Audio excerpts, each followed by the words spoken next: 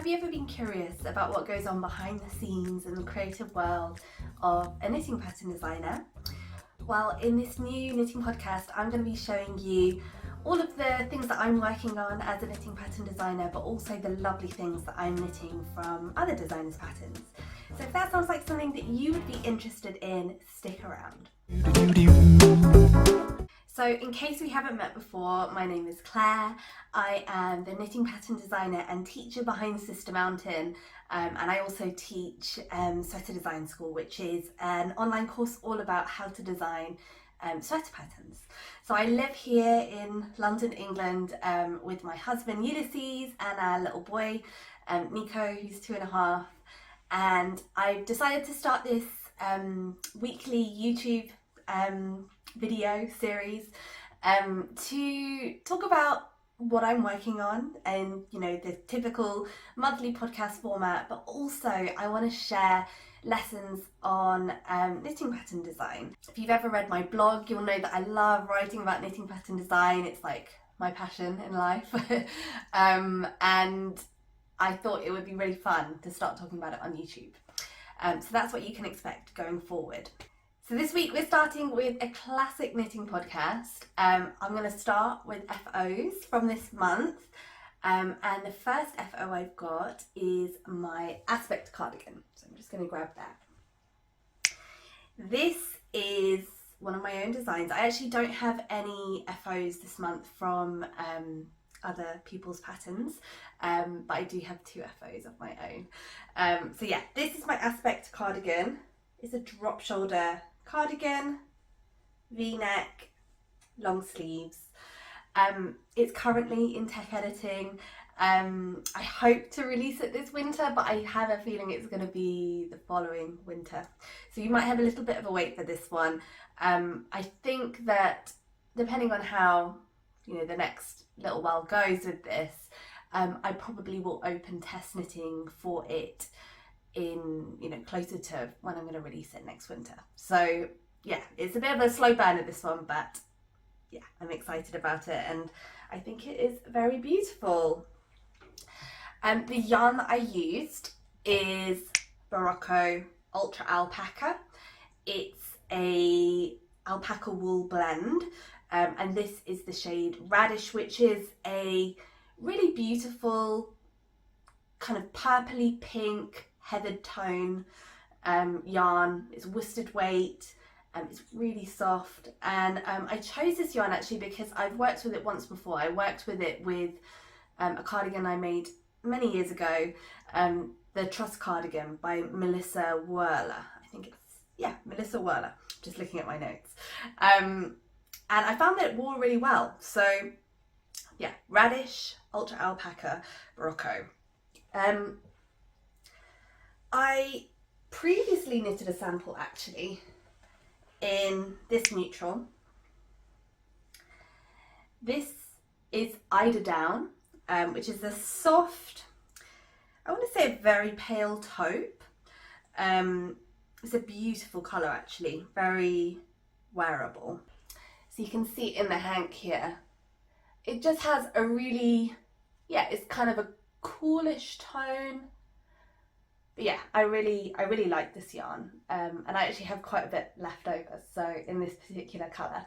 So I have a feeling I'll be making some accessories or something with it. But you might have noticed on this sample, and apologies, I wear this sample all the time, so it actually it's dirty, it's got pills, you know.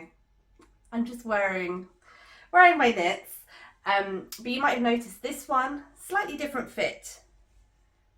It has 4 buttons instead of 3, and the sleeves are a bit shorter. So this one, I went for the 4 buttons, it buttoned a little bit higher, and I went for more of a bracelet length sleeve. For the final one, I decided to go with a slightly deeper V, 3 buttons.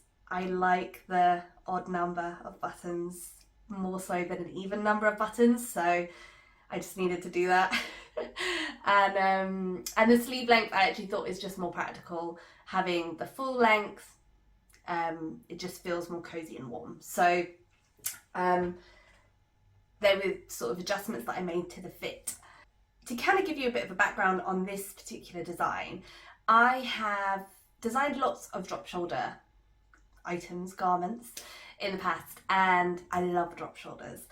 The tricky thing about a drop shoulder, if you're familiar with drop shoulder construction, or at least a traditional drop shoulder construction, the width of the shoulders is defined essentially by the bust width of the garment, which is half of the bust circumference. And that can be tricky to get right when you are designing in a range of sizes. So I designed for 9 sizes, from I believe a 30 inch, gosh, my memory, 30 inch through to a 62, I believe, roughly around that mark. And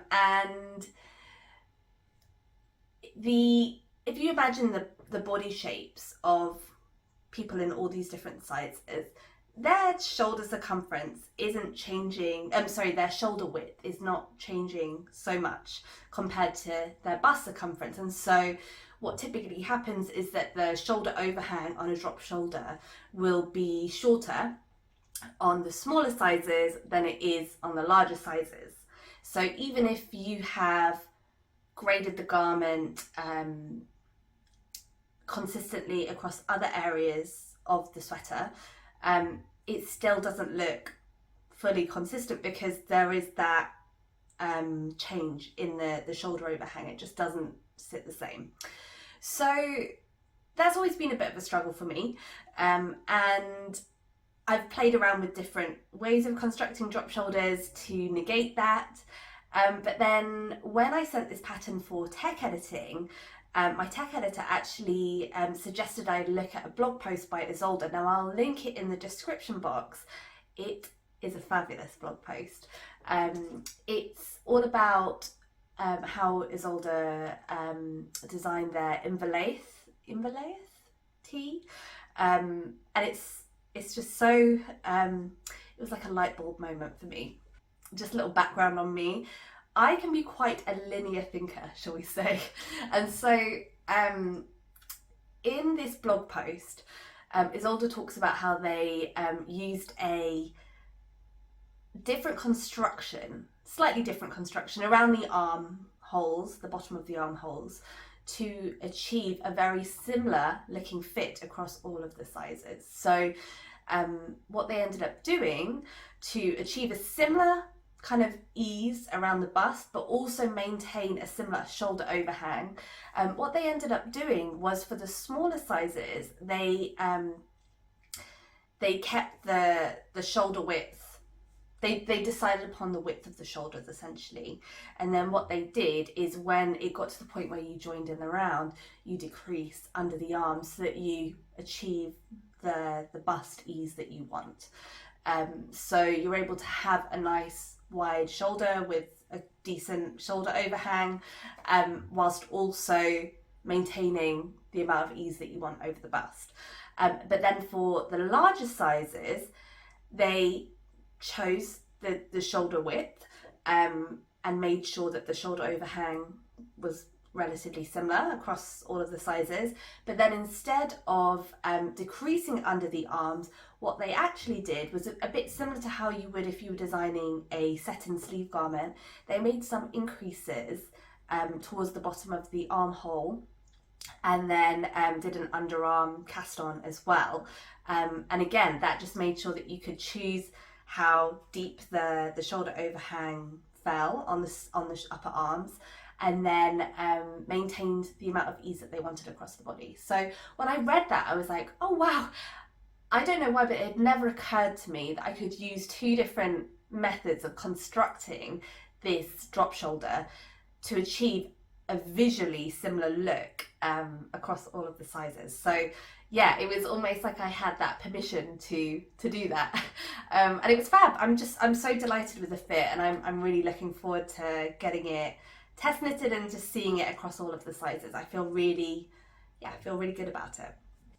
So another thing that I'd love to talk about in terms of this pattern, let me bring it back again, is the buttonholes. So you can see for the design, it's a folded stockinette button band, and you knit that in a tighter needle size so it's kind of firm. But what I love, I used Lucy Neat Bee's magic buttonhole technique. I believe it's the magic buttonhole. And essentially what it does is it allows you to create a really nice, firm buttonhole that goes through both layers of the fabric. So essentially you make a buttonhole on both sides of your folded button band, and you use waste yarn to kind of indicate the placement of that. And essentially you take out the waste yarn on both sides of the fold and then graft the two sides of the fabric together around the buttonhole. It sounds scary. It's actually very simple once you get your head around it. I'll link to the magic buttonhole tutorial that Lucy Neat Bee created on YouTube. It's fab and very thorough.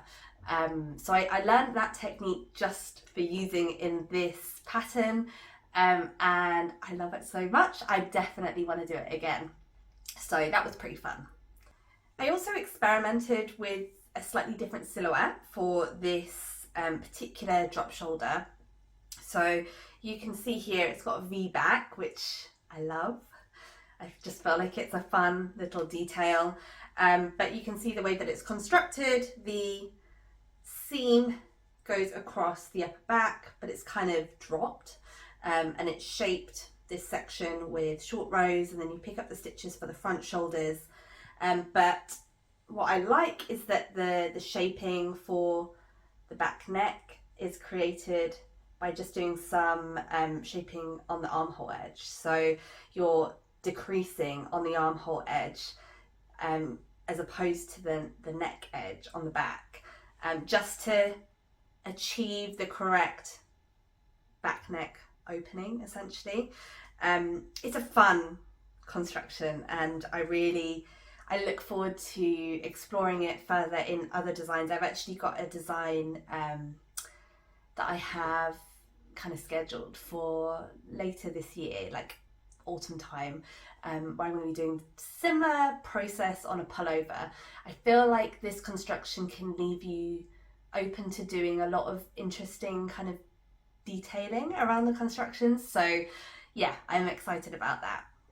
So this sample still needs to be photographed. I'm having another sample knitted up actually by my lovely sample knitter Nikki in this very bright blue. I believe it's called Azure Blue, maybe?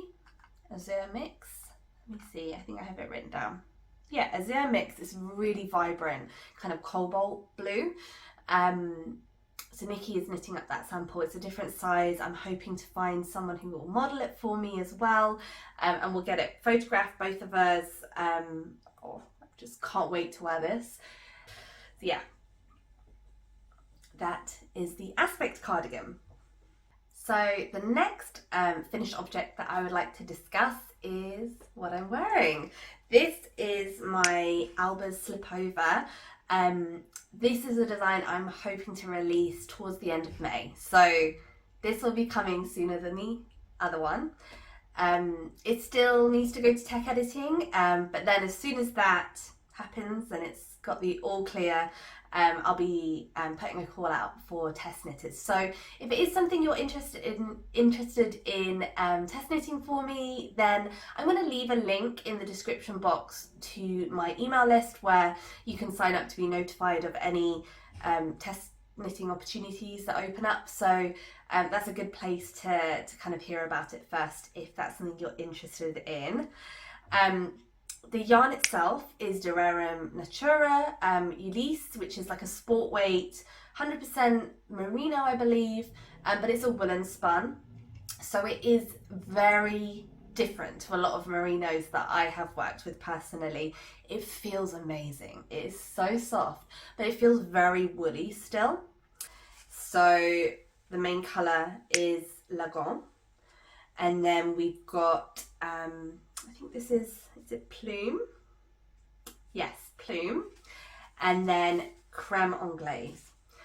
I love these colours together. I feel like they are so vibrant, they kind of bounce off each other. It blooms incredibly well after blocking. It feels lovely before blocking, but when you block it, it feels so soft. It fills out all the little gaps. It's perfect for colour work. It's the first time I've used it, but it's certainly not the last. I will be using it again for sure. And actually I do have some leftovers. So I want to make some little mitts for myself, mittens, maybe holding it with a strand of mohair in this particular colour, because I feel like that would be quite fun. So for this particular design, it actually started out as a t-shirt idea. And I'd written the whole pattern out for a t-shirt. I took loads of time trying to sort of plan how I was going to do the set-in sleeves. Anyway, I was working the sample up, and I got to the point where I'd bound off for the 3-needle bind off at the shoulders, and tried it on just to check that it was all going how I wanted. I was like, oh, this looks fabulous as a slip over. And in fact, my husband had mentioned that previously, that it would look great as a vest. I took some photos wearing it. I was like, oh, this looks so good. I sent it to my assistant, Alex. Alex confirmed it's got to be a slip over. So yeah, it became something that I didn't initially plan. But yeah, it came out beautiful, and I'm so pleased with it, and I cannot wait to wear this. Again, it still needs to be photographed, so I still I have to wait. I'm gonna have to be very disciplined, but yeah, this I can't wait to introduce to my wardrobe.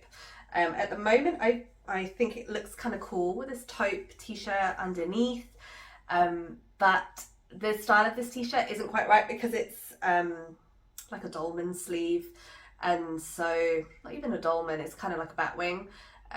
So it's quite a deep armhole. It needs something slightly more slimmer fitting in the armhole to not be all bunchy, but I love this colour with it. I feel like it's quite satisfying.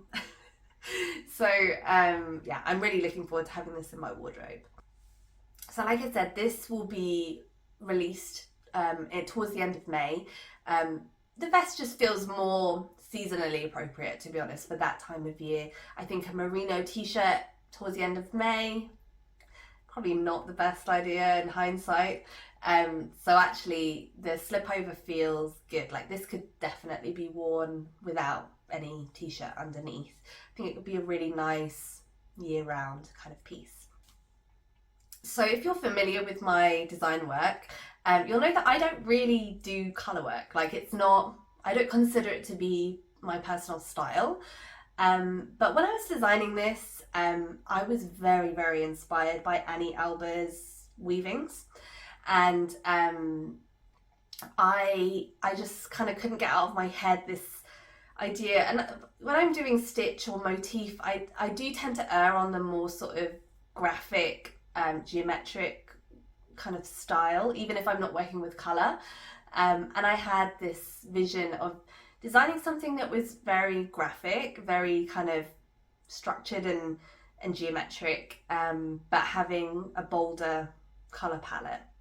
And I wanted to do the colour work but introduce texture in, because I just didn't feel I didn't feel on board with having it flat. I wanted it to have texture and depth, so I did a colour work, but it's kind of a mixture of knit and purl in there as well, so it feels lovely.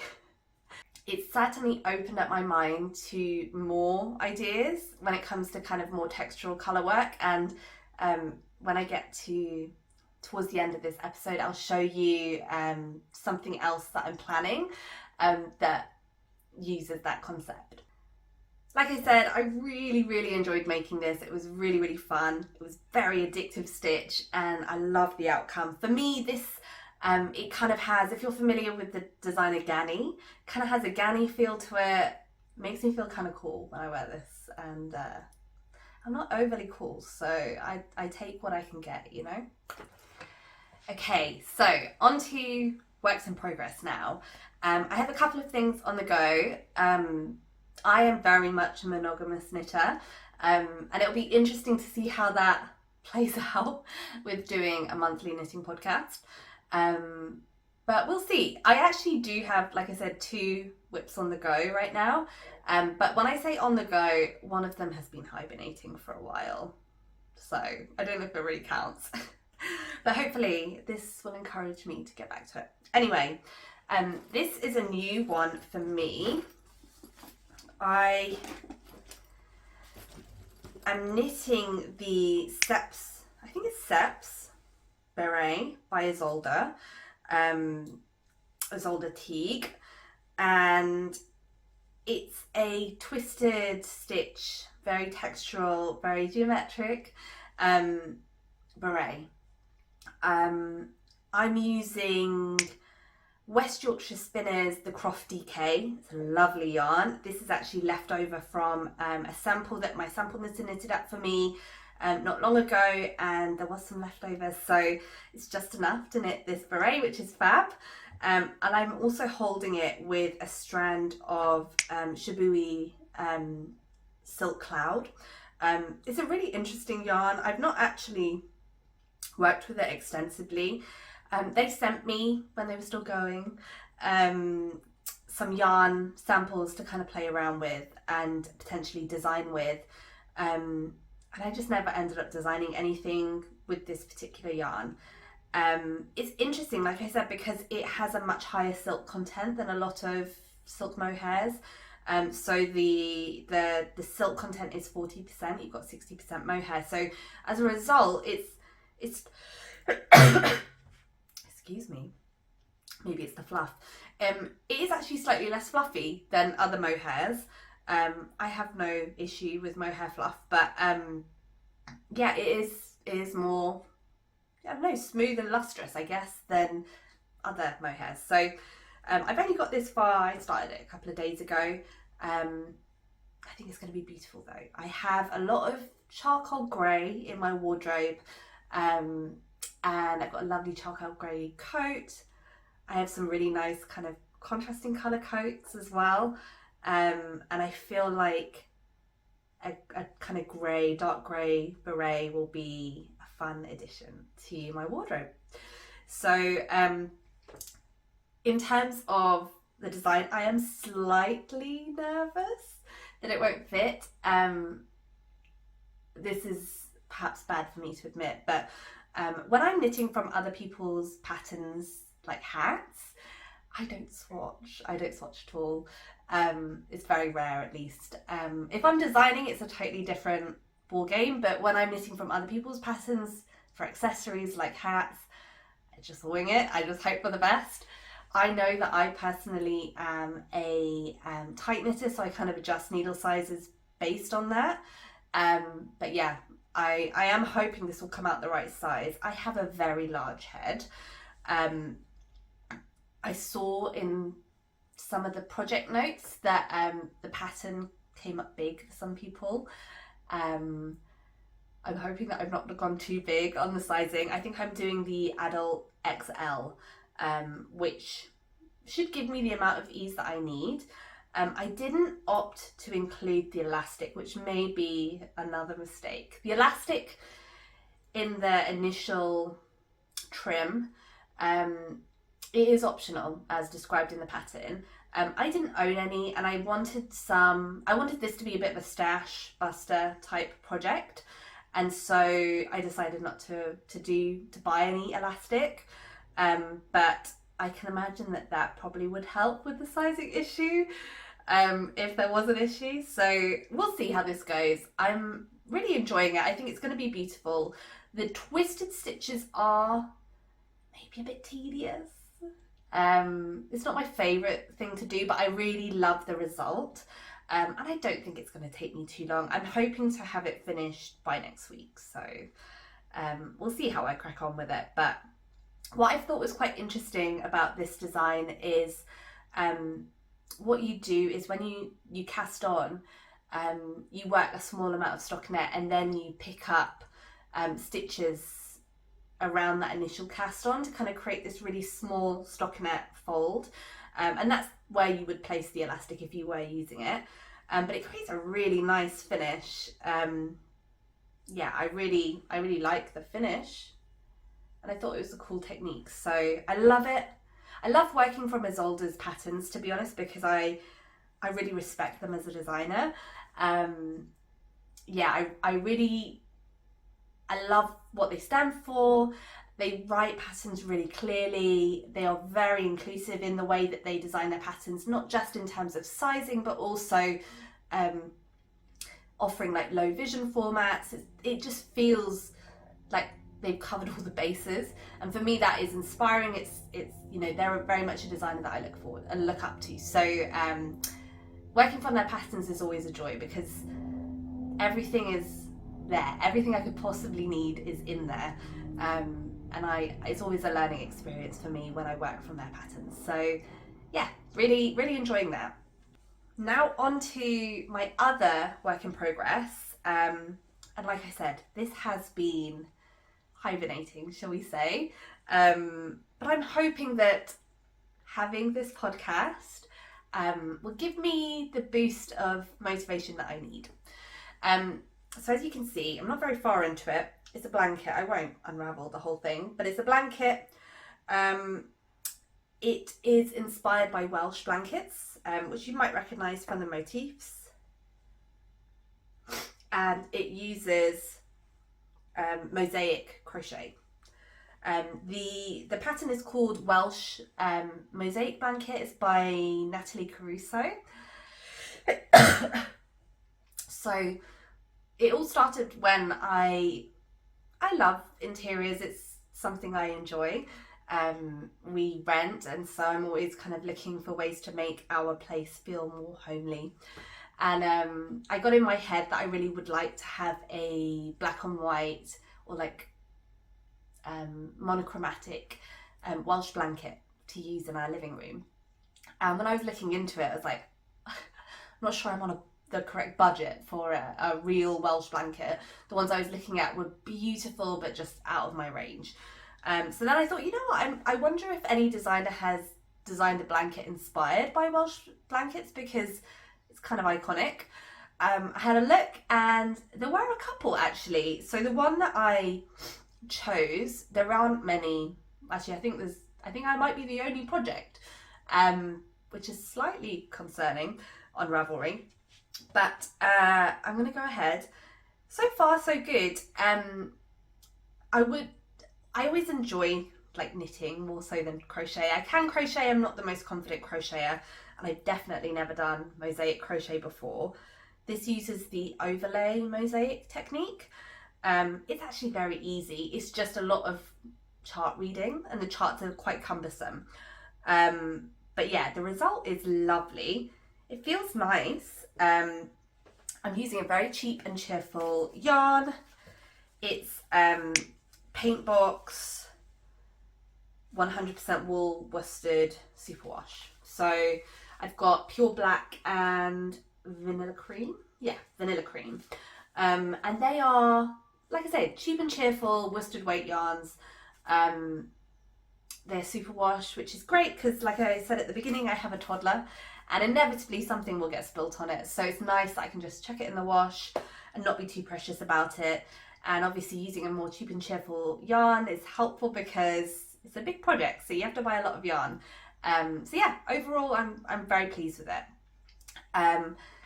I am stalling a little bit on it because of I always just want to knit, right?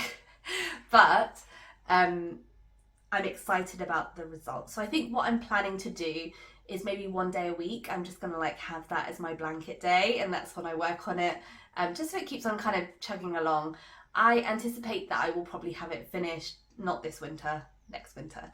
So yeah, I'm pleased with it so far. So in the next section, I'm going to get into my plans for the coming month. But before we get into that, I want to encourage you to like this video and comment below and tell me what are you working on whilst you're watching this. I always love to see what other people are working on. If you're anything like me, when you're watching a knitting podcast, you're knitting or at least making something. So I'd love to hear what you're working on. Okay, so now we're on to my plans for the coming month. I have 2 things planned for this month. Obviously I'm going to keep on working on my whips. I'm just looking at my notes now. The hat shouldn't take me too long. I reckon I'll probably have it done by next week. So once I've done that, I need to decide which one I'm going to prioritise because, like I said, I'm generally a bit of a monogamous knitter. So it may be that I have to choose between, depending on priority. One is a personal project and one is a design project. So in terms of personal projects, I have a plan for making a very popular cardigan that many of you will have heard of, but in quite an unexpected colour. So this is what I'm thinking. I would like to make the Eva cardigan by PetiteKnit. It's a very kind of slouchy, classic cardigan.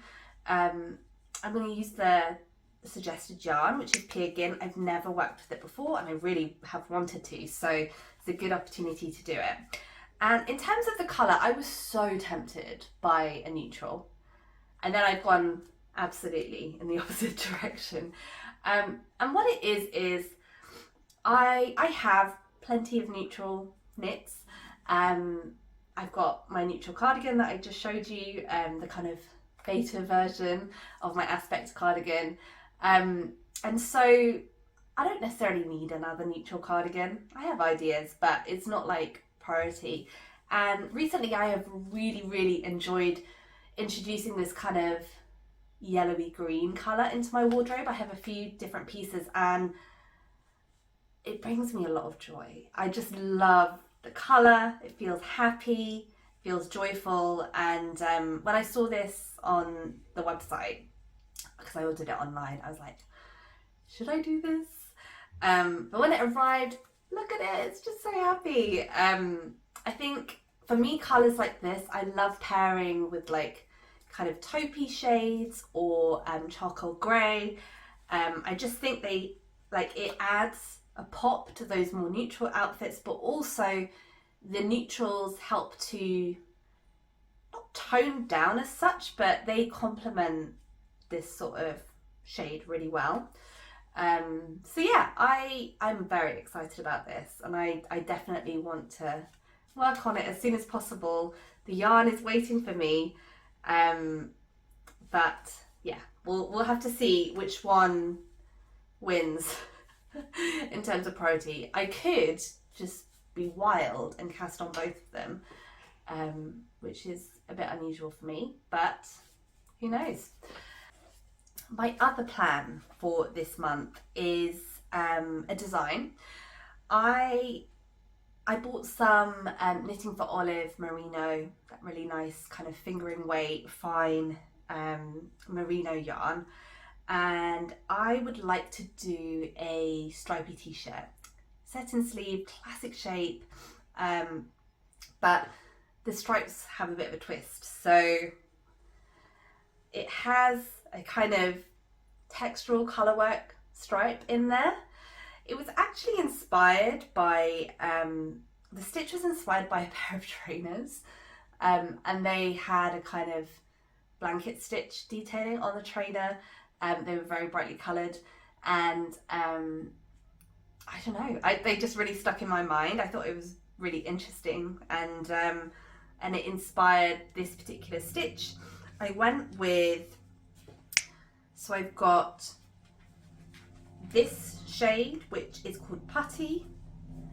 I've got this shade, which is Dusky Rose, I believe. This shade, which is Dusty Banana. I love this one. And then we have this shade, which I think is it soft blue, I think. yeah, so this, like I said, it's going to be a little t-shirt.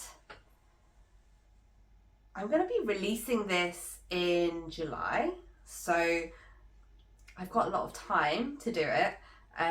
My plan is to have the sample finished by the end of March, so I'm not going to be in any time crunch really with it. I actually tend to have most of my samples knitted by my sample knitter, but for this one there are a few elements of the design that I'm not fully sure how I want to do it or how it will work, so I just figured I'm going to knit it myself. I'll write the pattern and then knit it up based on the pattern, and then I can make tweaks as I go along. I just feel like that is going to give me the security I need to be sure that the pattern's in good shape. So I'll do that, and then I'll send it to tech editing, test knitting and all of that. So yeah, that's another plan. So we'll see when I do my next knitting podcast episode in a month's time, we will see which one won. Or maybe both. So we've come to the end. Before we wrap up, I just wanted to let you know that, like I mentioned earlier, I do have an email list for people who are interested in test knitting for me. If you would like to test knit for me, I would be delighted to have you.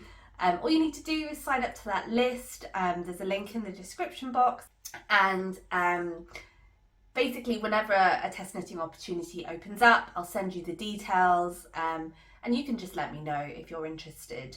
There's no obligation to sign up for test knits. It means that you'll be notified essentially. It means you don't have to keep on checking YouTube videos or Instagram or whatever. You'll be able to just get a little email in your inbox. So if that sounds like something you'd be interested in, then you can just sign up via that link, and you'll be notified. So thank you for tuning in to my very first knitting podcast. I hope you found it interesting. Like I said, I'll be doing this format monthly, so you can check back in a month and see, you know, how these have progressed.